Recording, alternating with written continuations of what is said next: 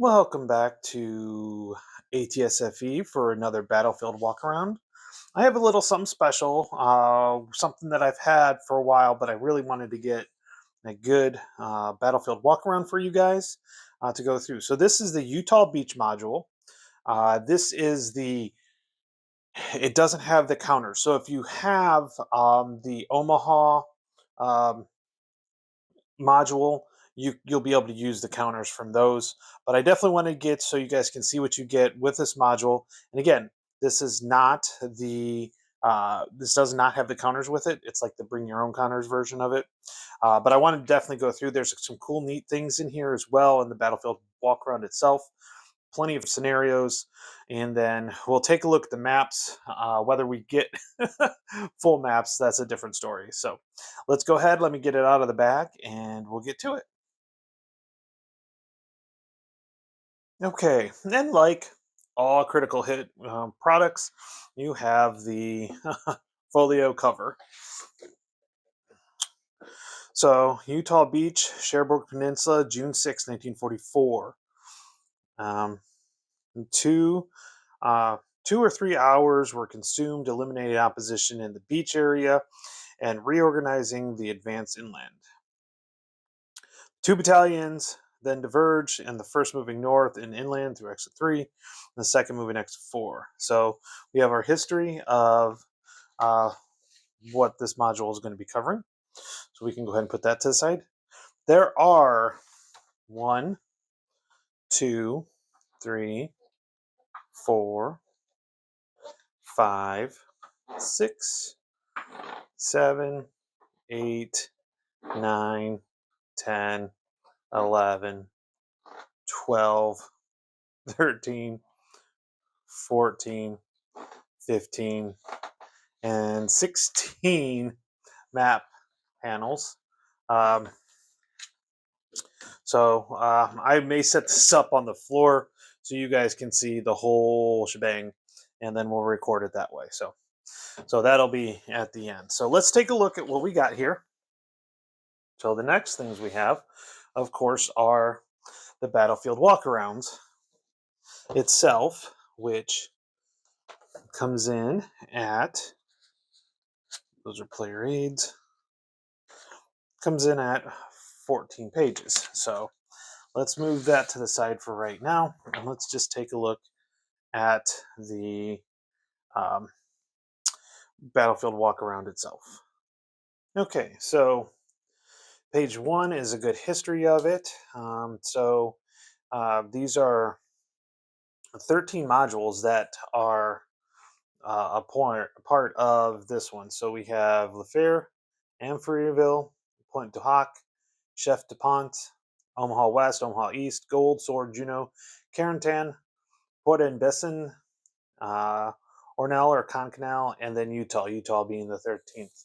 Now, and I know they have a map. So this really goes through what this module is going to be, the historical behind it. And you're looking at, that's 3 pages. Here's the neat little map. And let's go ahead and I think we'll zoom in on the map here, because what's neat about this is it has the modules that all deal with D-Day that they have. So we have the different modules here that are listed. They do have them numbered here. So basically, Utah, so that's the one that we have right now. We have Omaha, we have Gold, Juno, and Sword. And then we have, there's 12, which is a module I do have as well. And so I thought they had a list of the numbers here. I could have swore they did. But they do have them in here. I remember looking at them. So these are all the modules that have to deal with D-Day that Critical Hit has put out for ATS. So I think that's pretty cool that they did that. And then we have our terrain, as usual, any particular landings, things like that. Any particular different, like we have the tank dozers, we have the bazooka teams, flamethrower, wire cutting team. So we have the different units that are there as well. Um, more exiting, beach landing stuff. And then we have our casements right here, which is pretty cool. Any other different types of weapons as well. And then just kind of how covered arcs and stuff like that go through. So that's the Battlefield Walkaround.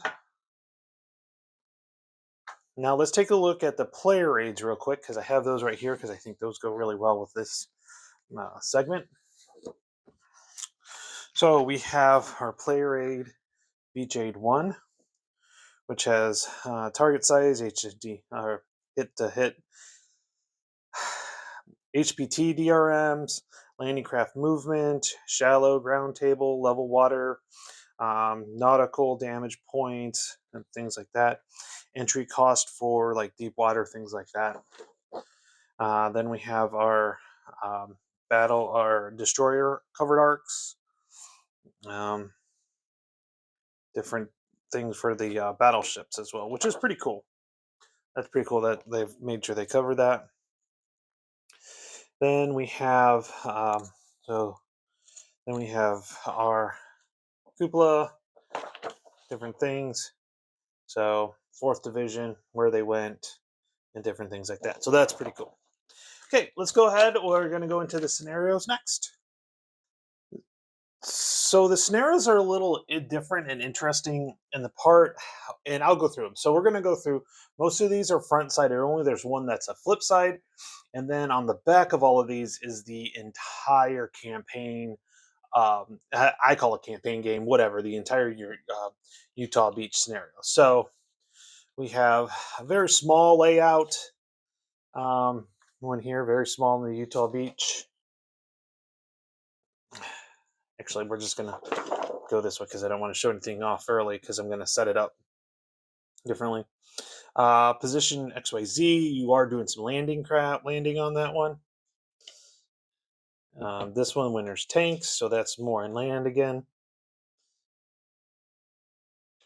The causeway, Cole's Causeway. Very, very small area here. South of Pay Dirt, again, more landing craft. 8 landing craft to be specific. And we have Roosevelt Beach. That does use the entire map as well. Then we have Rafts, which uses the inland part. Lots of stuff here. This would be a fun scenario if it wasn't so freaking huge. But anyways, and then we have number 9, McNeely's Push. So those are 9 scenarios. And then we have the March Inland, which is 10. And then we actually have an 11 scenario. So let me pause this and I'll get that set up. Okay, so No Cakewalk for the Dying is I would call this a campaign game. Maybe not campaign game, but a full scenario. Again, uses the full map. It is a 48 turn scenario. It uses elements of the 709th Infantry and the 91st Luftlandedivision Division. So if you notice, there's no units here. and I'm going to go through. We have all this special scenario rules and things like that. And then we also have our Utah Beach listed. So let's take a look. So we have the German units right here and where they go and where they're at. So we have 1 page there, and then we have 2 pages here. So these are all, so when you combine these two, these are all the German setups for this huge scenario. Okay, so that's that one. So that's the German setup. Now, this is for the Americans. We have the 1st Airborne, or not the first. We have Airborne Division, 101st Airborne, sorry, and 82nd Airborne. So this is H-1. So this actually happens, and if you notice up here, they actually have when they actually come in, which is really nice for the Americans. So H-1 is the first 8-7 turns, is these guys in here landing and where they're going to go. They come on along the west edge of the map. So this is north, so they're actually going to come in from the west edge of the map. Now we have H hour, which is right here. And again, this starts, I believe, turn 8 will start these right here. Yeah, turn 8 listed, and they're going to go to Uncle Red sector. So you have your landing craft, you have 2 squads, um, and 2 bazooka teams, one weapon or bazooka team, one weapons team, one leader, and they are question marks over here. So there's some randomness to it.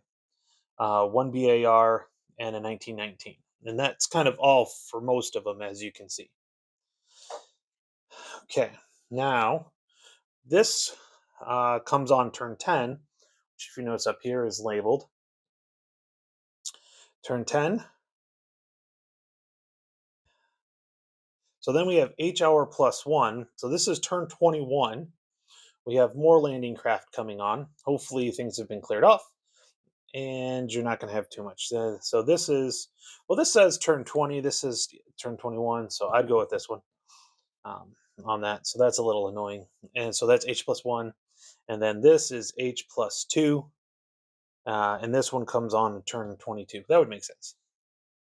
And who comes on there? So that is the huge scenario that you get for, and all the scenarios that you get for the Utah Beach and the full campaign. So that's that. So you have 10 scenarios plus the full scenario for Utah Beach. Now I'm going to go try to set up the map, and I'll have to do a flyby most likely on that one. So it won't be so steady. It won't be as steady, but I do want to go over the map and show you guys the full map. So we're going to go from there.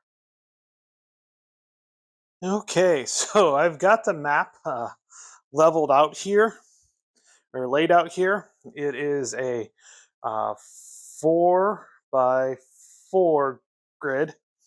It is absolutely massive. I would say easily 4 feet or so, maybe 4.5.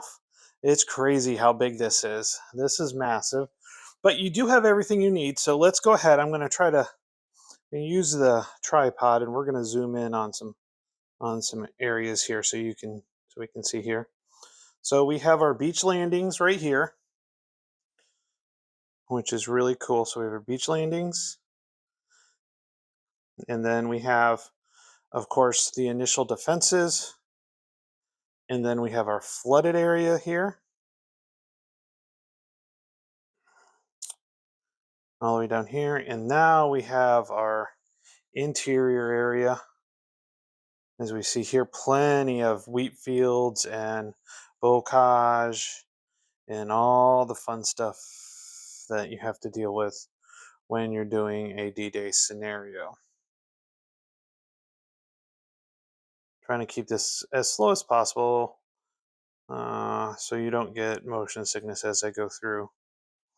So seriously, this is absolutely gorgeous. It's just huge. It is massive. It is a massive map. So let's zoom back out so you guys can see it again. So yeah, absolutely huge. A lot of scenarios with smaller portions of the map. But if you wanted to play that full scenario, you need a seriously large table. I'd say a standard kitchen table would be fine. But man, it is easily 3 foot this way. Let me take a look. Hold on. Okay, so if you look here, I put so that's 3 feet right there. So you're looking at easily another foot. So that's easily 4 feet in length. If you're curious, it is that's 1 meter. So yeah, it's big, and I would say 4 feet. Yeah, 4 feet. Yeah, I'd say 4 feet easily this way, and you're talking. So that's 3 feet right there. Kind of messed it up already, but that's okay. Yeah, so 6 feet, a little less than 6 feet. So yeah, that. Oh, sorry, it's about 6 feet all the way through. So I hope you enjoyed it. I hope you get out of this what you're looking for. And of course, I'd like to thank my compatriots, Evan and Mitch. And if you want any more comment or content or anything specific, please let us know. Put comments in, like, and subscribe. Talk to you later. Bye.